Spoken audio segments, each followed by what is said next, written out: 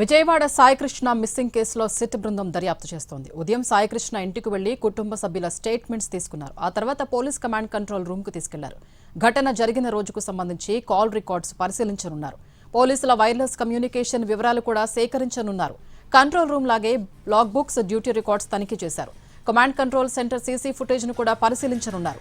ఘటన సమయంలో పోలీసుల కదలికలపై కూడా ఫోకస్ పెట్టనున్నారు.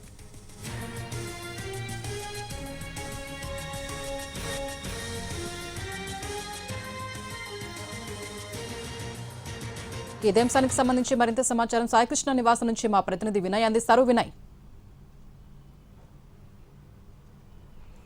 సాయికృష్ణ కేసుకు సంబంధించి సిట్ బృందం ఇన్వెస్టిగేషన్ స్పీడప్ చేసింది. ఈ కేసు సంబంధించిన పూర్తి టేకప్ అంతా నిన్న చేసింది. అయితే ఉదయం 8 గంటలకు సాయికృష్ణ నివాసానికి వచ్చింది. 8 గంటల నుంచి మధ్యాహ్నం కొద్దిసేపటి కింద వరకు కూడా ఇక్కడ సుదీర్ఘంగా 5 గంటల పాటు అనేక కోణాల్లో విచారణ జరిపింది. ముఖ్యంగా ఇప్పటికే మొన్న ఏసీపీ దైవప్రసాద్ బృందం జరిపిన విచారణలో అనేక కీలక విషయాలు చెప్పిన నేపథ్యంలో మరొకసారి ఈరోజు తల్లితో పాటు ఇద్దరు మేనమామలు పిన్ని స్టేట్మెంట్ కూడా సిట్ బృందం రికార్డ్ చేసింది. మొత్తం అన్ని కోణాల్లో కూడా, అంటే సాయికృష్ణ ఎప్పుడు మార్కాపురం నుంచి తీసుకుని వచ్చారు, ఏ తేదీల్లో ఎలాంటి పరిణామాలు జరిగినాయి, ఎలాంటి పరిస్థితులు చోటు చేసుకున్నాయనే దానిపైన కూడా పూర్తిగా సిట్ బృందం అంతా కూడా దర్యాప్తు చేసింది. మరోవైపు ఈ కేసుకు సంబంధించి తల్లి చెప్తున్న విధంగా దానికి సంబంధించిన ఆధారాలు గాని సాక్ష్యాలు గాని ఏమన్నా ఉన్నా కూడా ఇమ్మని చెప్పి సిట్ బృందం వారి దగ్గర నుంచి తీసుకుంది. ఇలా ఓవరాల్ గా 5 గంటల పాటు అనేక కోణాల్లో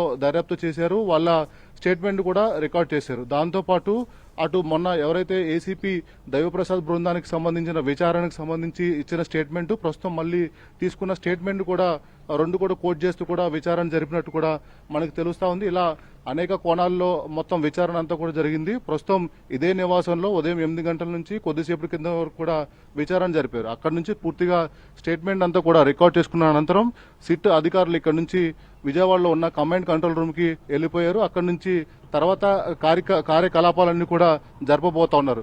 అయితే ముఖ్యంగా సాయికృష్ణకి సంబంధించి ఎటువంటి గొడవలు విభేదాలు ఉన్నాయని దానిపైన కూడా పూర్తి స్థాయిగా ఎంక్వైరీ చేశారు. దాంతో పాటు స్టేషన్ కి ఎన్నిసార్లు వెళ్లారు, ఎప్పుడెప్పుడు వెళ్లారు, ఇంతకు ముందు తన ట్రాక్ రికార్డ్ ఏంటి అనే దానిపైన కూడా పూర్తిగా తల్లి దగ్గర నుంచి కుటుంబ సభ్యుల దగ్గర నుంచి కూడా వివరణ సేకరించారు. ప్రస్తుతం కమాండ్ కంట్రోల్ రూమ్ దగ్గరికి వెళ్లారు. కమాండ్ కంట్రోల్ రూమ్ తర్వాత అక్కడి నుంచి కూడా సిట్ తన కార్యకలాపాలను కొనసాగబోతుంది. Swapna. Right, thank you Vinay.